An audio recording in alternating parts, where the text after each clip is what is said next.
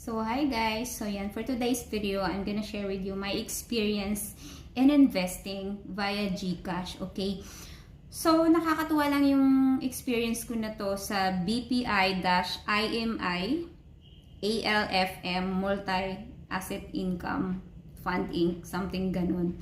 So under siya ng GFunds via GCash. Diba pag open nyo ng GCash, hahanapin nyo yung GFunds. Diba may G-Stocks, may G-Funds. So, i-click nyo yung G-Funds, makikita nyo doon, then explore nyo, then invest kayo, then hanapin nyo yung BPI-IMI. So, i-screenshot ko dyan sa comment section para makita nyo kung saan ako nag-invest na monthly akong binabayaran sa dividend income ko.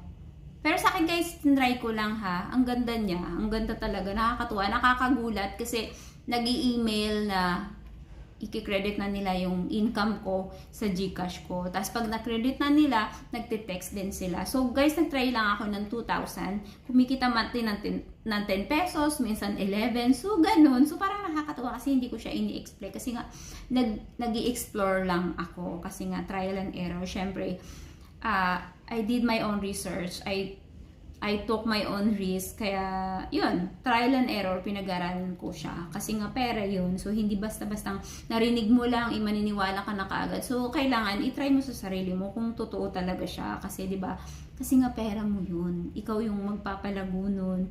So, pag nawala yan, ikaw yung responsable. Pag lumago yan, ikaw din yung gumawa niyan, di ba? So, yun.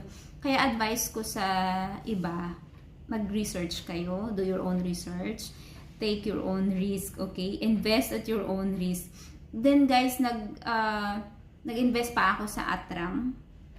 I don't know how to pronounce it correctly, but para sa akin yun, Atram, yung Global Feather Fund na ini-invest sa mga Microsoft, sa mga Tesla, at saka sa Samsung. Dalawang Atram yung ini-investan ko doon. So yun, aantayin kong bumaba ulit, saka ako mag-i-invest ulit. Kasi nakaraan, na-sell ko yung investment ko doon. Kumita naman, nakakatuwa nga kasi kailangan talaga yung i-invest mo dito, hindi mo gagamitin. Kailangan extra cash mo lang siya para kaya mong antayin na tumaas, saka mo siya ibenta. Kasi pag wala kang extra pera, mabibenta mo siya kasi kailangan mo yung pera, diba? So, kailangan talaga extra cash mo, extra fund mo yung i-invest mo dito. So, yun lang.